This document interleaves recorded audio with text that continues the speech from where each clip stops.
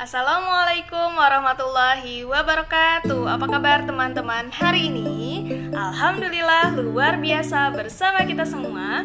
Oke, yes, Allahu Akbar. Yuk, hari ini kembali lagi bersama Bu Santi di pelajaran PKPS. Hari ini kita bahas apa ya? Hari ini kita akan bahas mengenai dinamika interaksi manusia.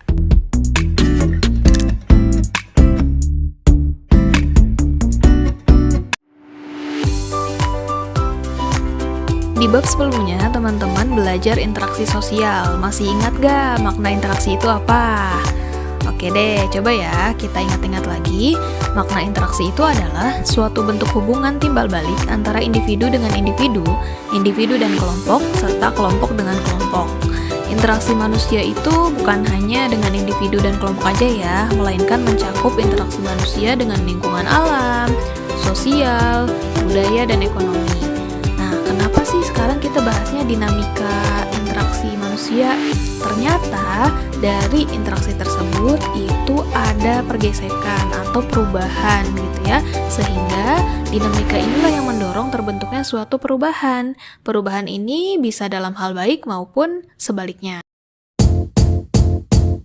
Pertama yang akan kita bahas adalah interaksi manusia dengan lingkungan alam yang terbentuk secara alamiah tanpa campur tangan manusia. Lingkungan alam mencakup semua benda hidup dan tak hidup yang terjadi secara alamiah di bumi. Lingkungan alam dapat berbentuk sungai, danau, laut, gunung, rawa, hutan, dan masih banyak lagi. Sejak keberadaannya, manusia melakukan interaksi dengan lingkungan alamnya. Pada awalnya, mereka memanfaatkan apa adanya sumber daya yang tersedia di alam tanpa melakukan upaya untuk mengubah alam. Kemudian, manusia berupaya bercocok tanam dengan cara berladang. Pada periode berikutnya, mereka bercocok tanam dan menetap sampai kemudian mengembangkan pemukiman dan perkotaan, serta berbagai jenis industri. Pada awalnya, manusia memanfaatkan alam hanya sebatas untuk memenuhi kebutuhan dasarnya, yaitu makan, minum, terus pakaian. Namun saat ini manusia mengolah sumber daya yang ada di alam untuk berbagai kebutuhan atau sekedar memenuhi gaya hidupnya. Akibatnya, kalau misalnya manusia nih ya, mengambil sumber daya alam tapi cuman untuk gaya hidup aja, lingkungan itu bisa jadi mengalami kerusakan. Nah, inilah yang dinamakan dinamika ya, bisa berujung perubahan yang baik, malah juga bisa sebaliknya, yaitu kerusakan. Nah, kerusakan bisa dalam berupa pencemaran air dan udara. Pada masa awal keberadaan manusia, mereka cenderung untuk selalu menyesuaikan diri dengan lingkungan alamnya. Sebagai contoh, manusia yang hidup di hutan pedalaman akan berupaya tinggal di dekat sumber makanan karena belum berpikir membudidayakannya. Nah, pada masa sekarang, manusia cenderung melakukan upaya untuk mengambil sumber daya alam dengan menggunakan bantuan teknologi. Namun demikian, pada hal tertentu, sampai saat ini manusia juga beradaptasi dengan alam. Misalnya, manusia menyesuaikan waktu tanam dengan musim penghujan, waktu untuk berlayar menyesuaikan dengan keadaan cuaca, menghindari tinggal di daerah rawan, bencana alam, dan lain sebagainya. Ada juga nih yang paling berpengaruh terhadap perubahan manusia itu sendiri, yaitu ilmu pengetahuan dan teknologi. Nah, ilmu pengetahuan dan teknologi ini telah membuat manusia lebih dominan dalam interaksinya dengan alam. Manusia mampu membuka lahan pertanian dan perkebunan yang sangat luas. Gergaji mesin mampu memotong pohon besar dalam waktu singkat. Traktor mampu mengolah lahan dengan cepat, sehingga lahan pertanian dan hasilnya bertambah dengan cepat pula. Selanjutnya adalah interaksi manusia dengan lingkungan sosial. Manusia perlu berhubungan atau berkomunikasi dengan yang lainnya. Maka terjadilah apa yang dinamakan proses sosial. Proses sosial adalah suatu interaksi atau hubungan saling mempengaruhi antar manusia. Proses sosial ini akan terjadi kalau ada interaksi sosial dengan tanpa ada interaksi sosial tidak akan mungkin ada kehidupan bersama. Interaksi sosial merupakan kunci dari semua kehidupan. Bertemunya seseorang dengan orang lain atau kelompok lainnya, kemudian mereka saling berbicara, bekerja sama, dan seterusnya untuk mencapai tujuan bersama.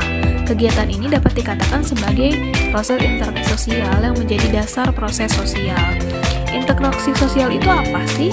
Nah, teman-teman pernah belajar ya sebelumnya tentang interaksi sosial. Jadi hubungan antara orang per orang, antara kelompok manusia ataupun antara orang per orang dengan kelompok manusia. Nah, apabila dua orang bertemu Interaksi sosial dimulai pada saat itu juga. Mereka saling menegur, berjabat tangan, dan saling berbicara. Aktivitas semacam ini merupakan bentuk interaksi sosial. Nah, dalam interaksi sosial, hubungan yang terjadi harus secara timbal balik. Jadi nggak bisa nih kalau cuman satu balik aja ya. Nah, berarti ada timbal balik yang dilakukan oleh kedua belah pihak. Artinya, kedua belah pihak harus saling merespon. Jika ditanya, dia menjawab. Jika diminta bantuan, dia membantu. Jika diajak bermain, dia ikut main. Selanjutnya adalah interaksi manusia dengan lingkungan budaya. Dalam kehidupan bermasyarakat, kita harus dapat beradaptasi dengan lingkungan termasuk dalam hal perilaku, aturan, nilai, norma, kepercayaan, dan adat istiadat yang berlaku di lingkungan tersebut. Kebudayaan merupakan salah satu unsur penting yang dimiliki oleh suatu masyarakat. Misalnya, suku-suku di Indonesia, mereka memiliki kebudayaan sendiri yang berbeda antara satu suku dengan suku-suku lainnya. Melalui kebudayaan itu dapat terlihat ciri khas setiap suku. Oleh karena itu, kita seharusnya mengetahui tentang kebudayaan bangsa yang beraneka ragam hingga dapat menyesuaikan diri terhadap aturan-aturan dan cara-cara beradaptasi terhadap lingkungan. Hal ini bertujuan agar keberadaan kita dapat diterima dalam suatu kelompok masyarakat. Ayo coba sebutkan apa aja nih budaya atau adat istiadat yang ada di daerah kita. Selanjutnya adalah interaksi manusia dengan lingkungan ekonomi. Lingkungan ekonomi adalah faktor ekonomi yang memengaruhi jalannya usaha atau kegiatan ekonomi. Kegiatan ekonomi dapat berjalan dengan baik jika didukung oleh sejumlah faktor yang memengaruhi atau mendukungnya. Contoh faktor tersebut adalah kebijakan ekonomi pemerintah, pendapatan masyarakat, sumber daya ekonomi yang tersedia, dan sebagainya. Lingkungan ekonomi dikatakan mendukung jika pemerintah mampu membuat kebijakan atau aturan yang memungkinkan aktivitas ekonomi berjalan dengan baik, mampu menjamin ketersediaan sumber daya yang dibutuhkan, mampu mengatur persaingan usaha, dan seterusnya. Sekian pembelajaran kita hari ini. Jika ada yang mau ditanyakan, silahkan menghubungi Ibu langsung ya. Semoga ilmunya bermanfaat. Kita akhiri dengan hamdalah. Alhamdulillahirabbil alamin. Terima kasih.